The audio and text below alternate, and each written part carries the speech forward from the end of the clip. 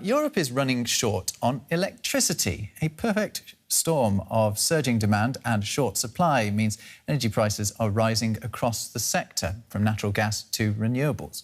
Governments are having to act to ensure a power shortage doesn't hurt their economic recoveries.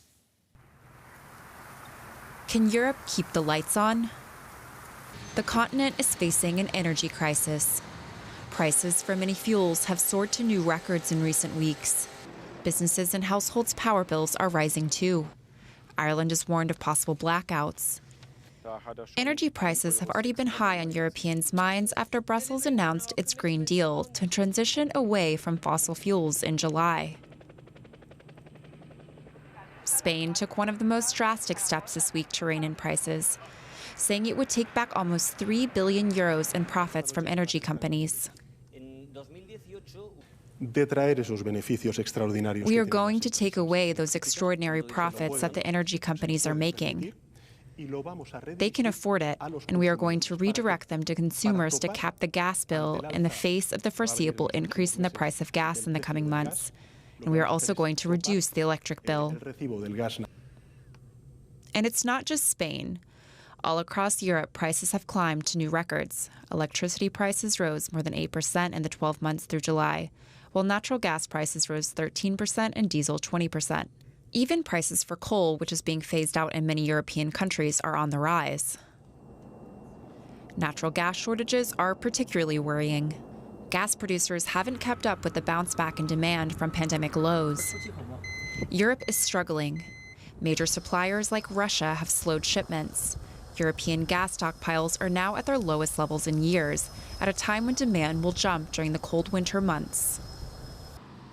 And in the North Sea, winds have stopped blowing. Thousands of wind turbines there are producing drastically less energy. In Germany, wind power accounted for just over a fifth of Germany's electricity supply during the first half of this year. A year ago, wind made up 29% of the energy mix. Conventional energy sources, dirtier ones like coal, are filling that gap. The sudden reversal away from wind back to fossil fuels illustrates the difficulty of Europe's green transition. Wind is supposed to play a major role, but even Brussels can't control the weather.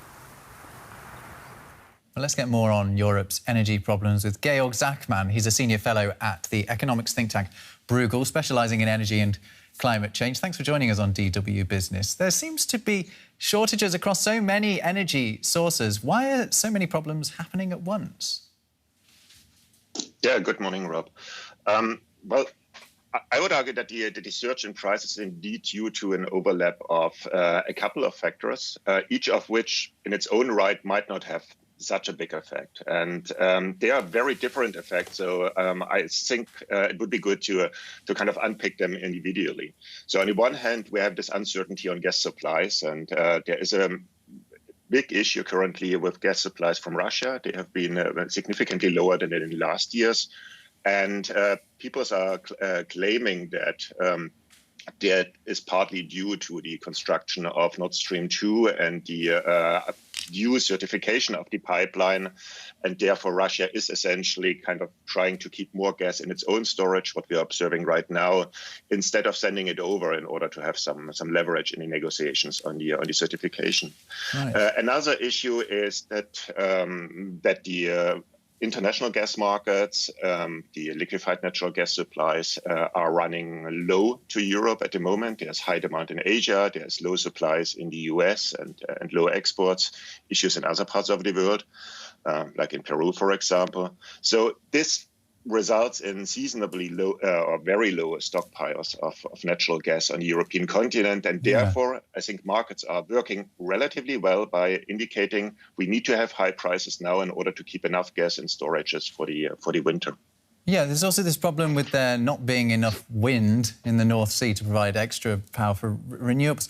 We've got such a confluence of problems. Is this a unique situation or something that could happen again?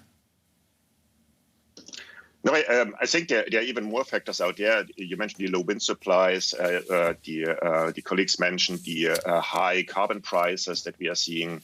We have had a significant recovery of demand, thankfully, after the COVID crisis, and also central bank action might have led to some general energy price inflation, also in oil and coal, as the colleagues mentioned before.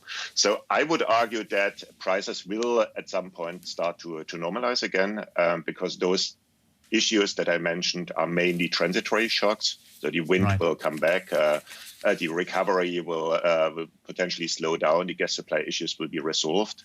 And moreover, I think consumers and producers will somehow react to high prices. I mean, that's also the whole idea of having high prices, that producers find new ways to bring energy to Europe and to reduce, and consumers have an incentive to reduce demand.